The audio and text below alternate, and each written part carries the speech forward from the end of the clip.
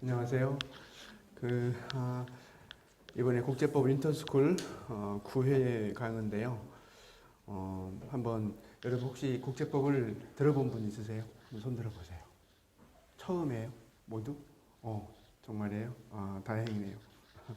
이, 이 윈터스쿨 목표가 사실 국제법 분량이 굉장히 많아요. 그래서 예비선행 같으면 한 28회라 하지만 사실은 30회 넘어가기도 하고 막 그러거든요. 근데 그걸 9회에 이제 끝낸다는 것은 사실 어려운 일이거든요. 근데 이번 윈터스쿨 국제법 목표는 일단 처음 공부를 하는 분들을 대상으로 해서 기본적인 개념 그리고 국제법의 전반적인 체계 그리고 내용들 이것들을 세밀하게 보는 건 나중에 미루고 좀 골격 중심으로 그렇게 아마 볼 거예요. 우리 교재는 이 책 국제법 핸드북이라는 책으로 나가게 됩니다. 이게 페이지 수가 한 386페이지인데요. 사실 이 핸드북은 요약집이에요. 그래서 뭘 요약했냐면 제가 쓴 책이 또 있어요. 국제법 워크북이라 해가지고 원투가 있는데 그건 한 1000페이지 넘어요. 근데 그거를 300 몇 페이지로 요약한 거예요.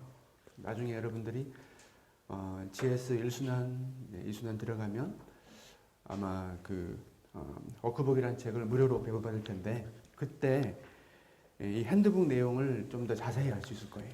그래서 워크북의 내용과 핸드북 내용이 동일하고 또 요약해 놨고 목차도 동일하기 때문에 아마 핸드북을 지금 잘 배우면 나중에 1, 2, 3순환 때 다른 국제법을 공부할 때 훨씬 더 용이하게 여러분들은 공부할 것 같습니다. 자, 우리가 시간이 없기 때문에 한번 시작을 해볼게요. 우선 첫 번째 오늘 주제는 진도표대로 순서를 나갈 거예요. 그래서 국제법의 기초이론과 국제법의 연원 이렇게 나갈 겁니다. 자, 오늘 나눠준 자료가 있죠. 한나의 자료. 왜 저는 칼라예요. 미안합니다. 저는 칼라인데 여러분들 흑백이죠. 그러면 일단 근데 큰 차이는 없어요. 자, 첫 번째 우리가 보는 주제는 뭐냐면 우리가 지금 배우는 그런 과목이 뭐죠? 국제법입니다. 그죠? 그래서 국제법이란 과연 어떤 과목이냐? 여기에 대해서 좀 먼저 검토해 보겠습니다. 자, 국제법은 두 가지로 구성되어 있죠. 첫 번째가 국제라는 말 하나하고 두 번째가 법이라는 말로 구성되어 있죠. 자, 그래서 우리는 국제법이란 무엇인가 물어보면 이렇게 답을 하면 돼요.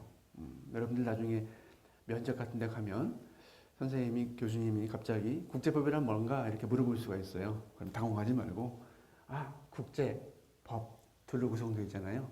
이렇게 말하면 돼요. 자, 그 자료를 잘 보면 뭐라고 되어 있어요? 첫 번째, question. Q는 question이에요. 국제법이란 무엇인가? 자, 답이라고 되어 있죠. 뭐라고 답을 메꿀 수 있을까요? 이렇게 말할 수 있어요.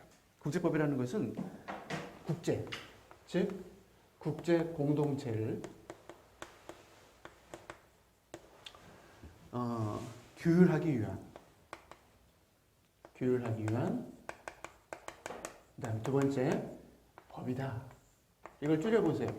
앞글자 뒷글자 국제법이죠. 그죠? 이게 국제법이에요. 아직은 감이 안 오죠. 이게 무슨 말이지? 또는 이렇게 말하기도 해요. 국제공동체의 질서를 형성하기 위한 법이다. 이렇게 말하기도 합니다.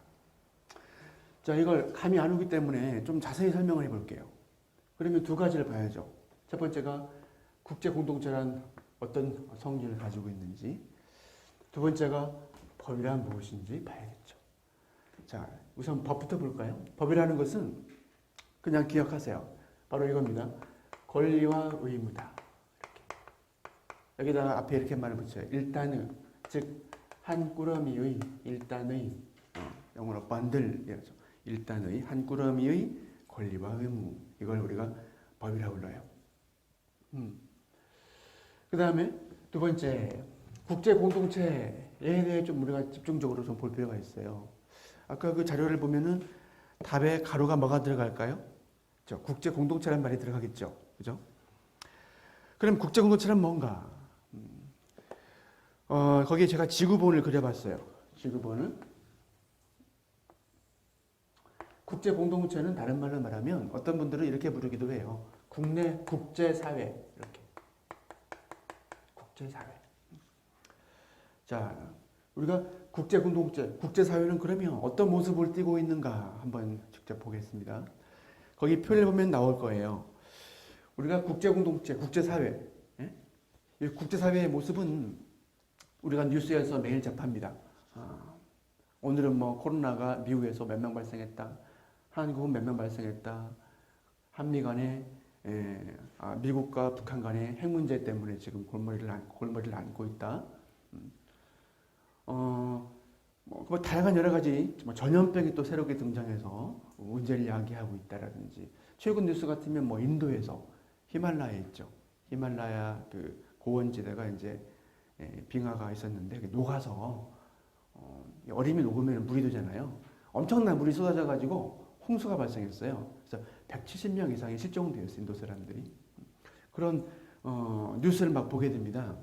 그 현실, 즉 우리가 살고 있는 이 지구, 여기에서 일어나는 현실을 뉴스로 보게 되는데 우리가 살고 있는 이 지구가 바로 국제사회다 이렇게 볼 수 있어요. 국제사회.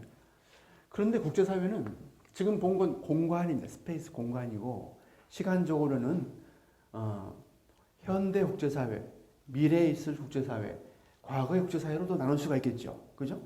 그래서 그 표를 잘 보면은 국제사회를 우선 과거를 좀 설명했고 두 번째 오늘날 국제사회를 또 그렸고 표에 또 미래에 있을 국제사회를 표로 그려봤어요. 결국 국제법이라는 것은 이거죠. 세 가지가 있겠죠. 과거의 국제법, 현재 국제법, 미래 국제법 세 가지가 있겠죠. 모두 공통점은 뭐다? 과거의 국제 공동체를 규율하게 한 법이 있을 것이고 이게 과거의 국제법, 현대 즉 오늘날 국제법, 오늘날 국제 공동체를 규율하게 한 법이 있을 것이고 이걸 뭐라 부른다? 현대 국제법 또는 오늘날의 국제법. 미래의 국제 공동체를 규율하게 한 법이 있겠죠. 규율이란 말은 다스린다, 지배한다 이렇게 불러요. 그래서 미래의 국제 공동체를 다스리기 위한 그런 법이 또 뭐라 부른다? 미래 국제법이라 부르겠죠. 아마 이 세 가지로 나누어서 국제법은 존재할 거예요. 됐죠? 근데 우리가 좀 현미경을 가지고 돋보기를 가지고 과거든 현재든 미래든 한번 직접 국제사회가 어떻게 구성되어 있는지 좀 구성을 좀 보겠어요. 그림을 보면은 지구본이 그려져 있고 화살표가 있죠. 이렇게. 그죠? 이렇게. 그리고 두 가지 동그라미가 들어있죠. 그죠? 보이죠? 이렇게 크게 그려볼게요. 하나, 둘. 자, 이건 뭐냐면 이 부분을 떼어낸 거예요. 떼어내서 그려본 거예요. 자, 우리 국제공동체를 잘 보면 가만히 보면 특징이 있어요. 과거든 미래든 현재든. 미래는 모르겠어. 근데 과거의 현재를 보면 특징이 있어. 뭐냐면 국가들로 보통 구성되어 있어요. 그렇죠? 국가들로. 그래서 아까 말한 인도가 있고, 그죠?